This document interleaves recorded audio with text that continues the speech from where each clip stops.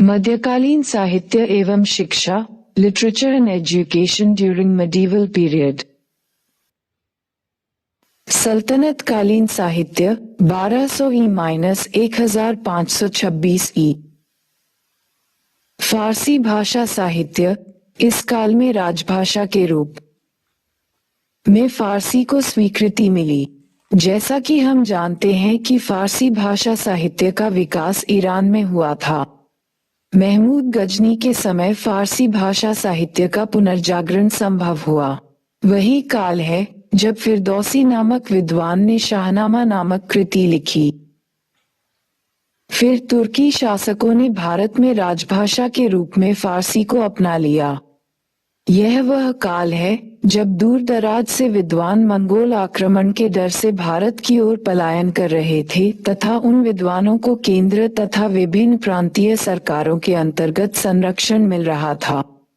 इसके अतिरिक्त भारत के विभिन्न क्षेत्रों से आए हुए विद्वान भी फारसी भाषा साहित्य का संरक्षण कर रहे थे। पहली बार इस काल में फारसी में अनेक ऐसे ग्रंथ लिखे गए जिनकी पहचान इतिहास ग्रंथों के रूप में हुई है। वस्तुतः इस्लाम में पैगंबर के जीवन से जुड़ी हुई घटनाओं के अंकन को एक पवित्र धार्मिक कार्य माना गया। पैगंबर के पश्चात खलीफाओं के जीवन से जुड़ी हुई घटनाओं का लेखन भी एक पवित्र कार्य माना गया। तत्पश्चात आगे सुल्तान के जीवन से जुड़ी हुई घटनाओं के अंकन को भी विशेष महत्व दिया जाने लगा। इसलिए इस काल में बड़ी संख्या में इतिहास ग्रंथों की रचना हुई। दिल्ली सल्तनत की स्थापना के पश्चात सर्वप्रथम कुतुबुद्दीन ऐबक के दरबार में हसन निजामी नामक विद्वान ने ज-उल-मासिर नामक ग्रंथ की रचना की। इससे हमें दिल्ली सल्तनत के स्थापत्य की सूचना मिलती है। इसके आगे की कड़ी मिन्हाज उस सिराज के द्वारा लिखित तबकात-ए-नासिरी है। उसी प्रकार इसके आगे की कड़ी बरनी की तारीख-ए-फिरोज शाही है। बरनी की परंपरा को आगे बढ़ाता है अफीफ, जिसने एक दूसरी तारीख-ए-फिरोज शाही लिखी। इसके आगे की एक कृति याहिया बिन अहमद सरहिंदी की तारीख-ए-मुबारक शाही है। अमीर खुसरो अपने युग का एक प्रमुख विद्वान था। उसने फारसी में कुछ महत्वपूर्ण साहित्यिक ग्रंथों की रचना की, जिससे समकालीन इतिहास पर भी प्रकाश पड़ता है। उदाहरण के लिए किरान उस सदान, मिफ्ताह उल फुतूह, खजान उल फुतूह आदि। सबसे बढ़कर अमीर खुसरो ने देशी भाषा के विकास में भी योगदान दिया। उसे हिंदवी के विकास का श्रेय दिया जाता है। ये खड़ी बोली पर आधारित थी तथा आगे इसकी दो शैलियां विकसित हुई। देवनागरी लिपि में लिखी जाने वाली शैली हिंदी कहलाई तो फारसी में लिखी जाने वाली शैली उर्दू रेखता कहलाए। इस आधार पर अमीर खुसरो को उर्दू का जनक भी माना जाता है। देशी भाषा संस्कृत साहित्य इस काल में कुछ हिंदू राजवंशों का पतन हो गया था, इसलिए संस्कृत साहित्य को थोड़ा धक्का लगा था। फिर भी कुछ अन्य क्षेत्रीय हिंदू शासकों के द्वारा इन्हें संरक्षण दिया जाता रहा। फिर चूंकि ये धर्म से जुड़े रहे थे, इसलिए इनका महत्व बना रहा। हिंदी एवं उर्दू इस काल में हिंदी भाषा साहित्य को प्रोत्साहन मिला। इसे प्रोत्साहन देने में भक्ति संतों का विशेष योगदान रहा।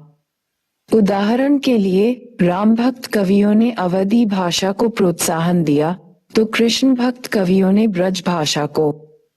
उसी प्रकार कबीरदास ने हिंदी भाषा को बल प्रदान किया। फारसी भाषा एवं भारतीय भाषाओं के संपर्क से उर्दू का विकास हुआ। इस विषय में एक मान्यता यह है कि इसका विकास सूफी खानकाह या फिर सैनिक लश्कर शिविर में हुआ। यह भाषा पहले दक्षिण की ओर गई तथा इसे दक्कनी के नाम से जाना गया। क्षेत्रीय भाषा और साहित्य पूर्व मध्य काल में बढ़ती हुई स्थानीयता के प्रभाव के कारण क्षेत्रीय भाषा का विकास होने लगा। उदाहरण के लिए पंजाबी, बंगाली, गुजराती, मैथिली, उड़िया आदि। पंजाबी भाषा का विकास गुरु नानक की वाणी से माना जा सकता है तथा इसे प्रोत्साहन देने में अन्य गुरुओं का भी योगदान रहा। गुरु अर्जन देव ने पंजाबी भाषा में गुरु ग्रंथ साहिब का संकलन किया। उसी प्रकार गुजराती भाषा के विकास में भक्ति संत नरसिंह मेहता का विशेष योगदान रहा। उन्हीं के काल में गुजराती भाषा स्वतंत्र रूप में उभर कर आई। उसी प्रकार मैथिली भाषा साहित्य के विकास में हम विद्यापति का विशेष योगदान मान सकते हैं। इस काल में बांग्ला भाषा का भी स्वतंत्र रूप में विकास हुआ। बांग्ला भाषा पर भी मैथिली का प्रभाव माना जा सकता है। बताया जाता है जब वृंदावन दास जैसे संत कवि के द्वारा चैतन्य की जीवनी लिखी गई तो बंगाली भाषा साहित्य के विकास का आधार निर्मित हुआ। फिर हम इस काल में मराठा साहित्य का भी विकास पाते हैं। मराठी भाषा साहित्य के विकास में मराठी संतों का विशेष योगदान रहा। उदाहरण के लिए नामदेव, एकनाथ, तुकाराम आदि। मुगलकालीन साहित्य। साहित्यिक एवं कलात्मक गतिविधियों की दृष्टि से मुगल काल एक विशिष्ट काल था। मुगलों ने एक बड़े क्षेत्र में संसाधनों का दोहन किया। इसी अपार संसाधन की बदौलत साहित्य तथा कला को संरक्षण देना संभव हुआ। साहित्यिक गतिविधियों को प्रेरित करने वाले कारक मुगल शासकों ने बड़ी संख्या में विद्वानों को संरक्षण दिया। इसलिए बाबर से लेकर औरंगजेब के काल तक मुगल दरबार में विद्वानों की उपस्थिति बनी रही। आगे मुगल साम्राज्य के विघटन के पश्चात भी मोहम्मद शाह जैसे शासकों ने विद्वानों को संरक्षण देना जारी रखा। इसलिए अकबर के काल में फैजी सरहिंदी से लेकर अबुल फजल तक अनेक विद्वानों को संरक्षण दिया गया। उसी प्रकार जहांगीर के काल में मुतमिद खान, ख्वाजा कामगार, शाहजहां के काल में अब्दुल हमीद लाहौरी तथा इनायत खान जैसे विद्वान तथा औरंगजेब के काल में मिर्जा मोहम्मद काजिम, ईश्वरदास नागर, भीमसेन बुरहानपुरी आदि विद्वान संरक्षण पाते रहे। मुगल शासकों को साहित्यिक लेखन में विशेष रुचि थी। उदाहरण के लिए बाबर ने स्वयं अपनी आत्मकथा लिखी तुजुक-ए-बाबरी तुर्की भाषा में लिखी गई है। आगे जहांगीर ने तुजुक-ए-जहांगीरी नामक कृति लिखी। ये जहांगीर की आत्मकथा है। मुगल शासकों ने भी ऐतिहासिक ग्रंथों के लेखन में विशेष दिलचस्पी दिखाई तथा उन्होंने अपने दरबार में प्रसिद्ध इतिहासकारों को संरक्षण दिया। उदाहरण के लिए हुमायूं की बहन गुलबदन बेगम ने हुमायूंनामा नामक कृति लिखी। अकबर के दरबार में फैजी सरहिंदी तथा अबुल फजल दोनों ने एक एक अकबरनामा लिखी। अबुल फजल द्वारा लिखित आईने अकबरी अकबरनामा का ही भाग है। वहीं अकबर के एक प्रबल आलोचक बदाऊनी ने मुंतखाब उत तवारीख नामक कृति लिखी। निजामुद्दीन अहमद ने तबकात-ए-अकबरी नामक ग्रंथ लिखा। जहांगीर के काल में मुतमिद खान ने इकबाल-नामा-ए-जहांगीरी लिखी तो ख्वाजा कामगार ने मासिर-ए-जहांगीरी की रचना की। उसी प्रकार शाहजहां के काल में अब्दुल हमीद लाहौरी तथा मोहम्मद वारिस ने पादशाहनामा की रचना की, जबकि इनायत खान ने शाहजहांनामा लिखी। आगे औरंगजेब के काल में यद्यपि इतिहास लेखन पर पाबंदी लगा दी गई थी, इसलिए इतिहास लेखन की गतिविधियां सीमित ही रही थीं। फिर खफी खान को मुंतखाब-उल-लुबाक नामक कृति गुप्त रूप से लिखनी पड़ी थी। इसी काल में मिर्जा मोहम्मद काजिम ने आलमगीरनामा लिखकर औरंगजेब को अर्पित किया था। मुगल शासकों की परंपरा उदार शासकों की परंपरा रही थी, इसलिए इनके द्वारा समन्वित संस्कृति को प्रोत्साहन दिया गया था। अतः मुगल दरबार में फारसी के साथ साथ अन्य भारतीय भाषा साहित्य को भी संरक्षण मिला था। उदाहरण के लिए अकबर के दरबार में हिंदी काव्य लेखन में मानसिंह तथा बीरबल, महेश दास ठाकुर ने महत्वपूर्ण योगदान दिया। उसी प्रकार शाहजहां के दरबार में पंडित जगन्नाथ को संरक्षण मिला था। उत्तरवर्ती मुगल शासकों के काल में उर्दू भाषा साहित्य को विशेष रूप में प्रोत्साहन मिला। दक्षिण की उर्दू का एक प्रमुख विद्वान वली दक्कनी 18वीं सदी में मुगल दरबार में आया। फिर उर्दू साहित्य फारसी साहित्य के समानांतर स्थापित हो गया। उर्दू साहित्य के विकास में मीरत की मीर, दर्द एवं सौदा जैसे कवियों का विशेष योगदान रहा। मुगल शासकों में अकबर ने भारतीय ग्रंथों का फारसी में अनुवाद कराने में विशेष रुचि दिखाई। इसी उद्देश्य से अनुवाद विभाग की स्थापना की गई तथा फैजी सरहिंदी के निर्देशन में इसका संचालन हुआ। फिर रामायण, महाभारत, लीलावती, पंचतंत्र आदि प्रमुख भारतीय ग्रंथों का फारसी में अनुवाद हुआ। इस काल में भक्ति आंदोलन को विशेष प्रोत्साहन मिला, इसलिए मुगल दरबार से बाहर भी क्षेत्रीय भाषा साहित्य को था प्रोत्साहन मिलता रहा। उदाहरण के लिए 1. अवधी भाषा राम भक्त कवियों का योगदान अकबर के काल में तुलसीदास द्वारा रामचरितमानस की रचना। 2. ब्रज भाषा के विकास में कृष्ण भक्त कवियों का योगदान। अकबर के ही काल में सूरदास ने सूरसागर की रचना की। इसी काल में विठल दास ने 84 विष्णु की वार्ता की रचना की। 3. पंजाबी भाषा के विकास में सिख गुरुओं का विशेष योगदान रहा था, किंतु 18वीं सदी तक इसमें धार्मिक साहित्य के साथ साथ गैर धार्मिक साहित्य की भी रचना होने लगी थी। उदाहरण के लिए इसी काल में हीर रांझा नामक कृति लिखी गई। 4. बांग्ला भाषा साहित्य, इसके विकास में वृंदावन दास, कृष्णदास कविराज, लोचनदास आदि विद्वानों का महत्वपूर्ण योगदान रहा। 5. मराठी भाषा साहित्य के विकास में एकनाथ, तुकाराम तथा शिवाजी के गुरु रामदास समर्थ का विशेष योगदान रहा। रामदास ने दासबोध की रचना की थी।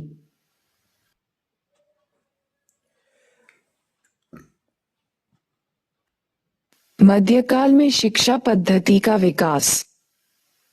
मध्यकाल में शैक्षणिक गतिविधियां अभिजात्य तत्वों तक ही सीमित थीं और इस संबंध में हमें जो भी सूचना प्राप्त होती है वे सूचनाएं भी अभिजात्य भाषाओं में ही निहित हैं।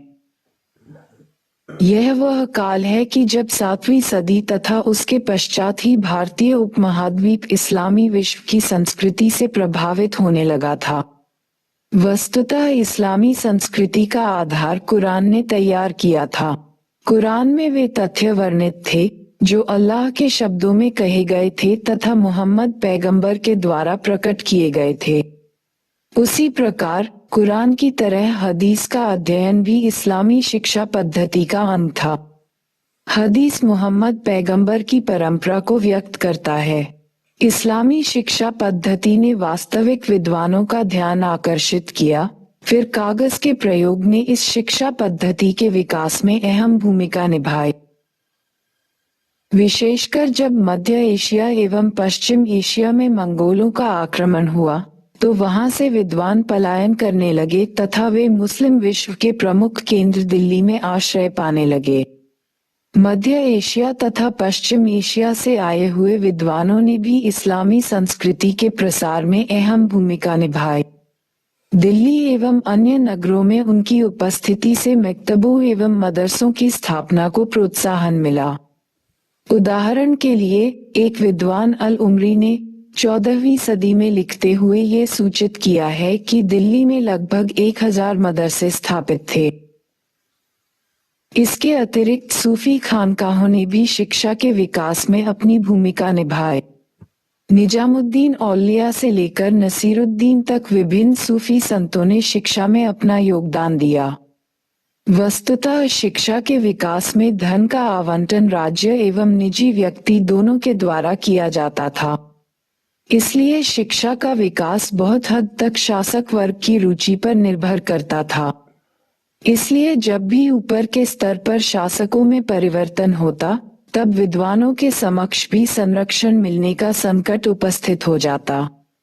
कई बार सांप्रदायिक मुद्दे यथा शिया सुन्नी के मुद्दे पर भी राज्य का संरक्षण वापस लिया जाता।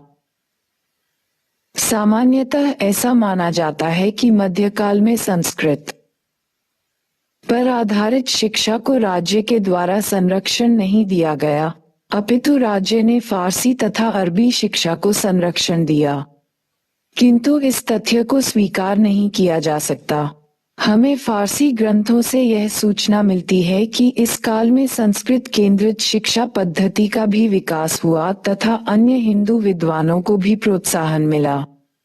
बनारस इस काल में महत्वपूर्ण शिक्षा केंद्र था। फिर ब्राह्मण केवल हिंदू विज्ञान में ही सिद्धहस्त नहीं थे और न ही उन्होंने अपने को संस्कृत शिक्षा तक सीमित रखा था, अपितु उन्होंने अरबी एवं फारसी का ज्ञान भी प्राप्त किया था। मध्यकाल में शिक्षा के विकास को प्रोत्साहन देने में कागज के साथ जिल्दसौजी के विकास की भी भूमिका रही। इसलिए इस काल में बड़े बड़े पुस्तकालयों का विकास हुआ। मुगल शासकों तथा उनके कुछ महत्वपूर्ण कुलीनों ने भी महत्वपूर्ण पुस्तकालयों की स्थापना की थी। मुगल शासकों में अकबर ने शिक्षा के विकास के लिए महत्वपूर्ण कार्य किया। उसके द्वारा धर्मनिरपेक्ष शिक्षा पर बल प्रदान किया गया था। शाहजहां ने भी दिल्ली में एक कॉलेज की स्थापना की थी। मुगल दरबार में अनेक महत्वपूर्ण विद्वान थे, जैसे शेख अब्दुल्ला शिराजी, अबुल फजल, महत्वपूर्ण खगोलविद सवाई जय सिंह तथा महत्वपूर्ण कवि मिर्जा गालिब।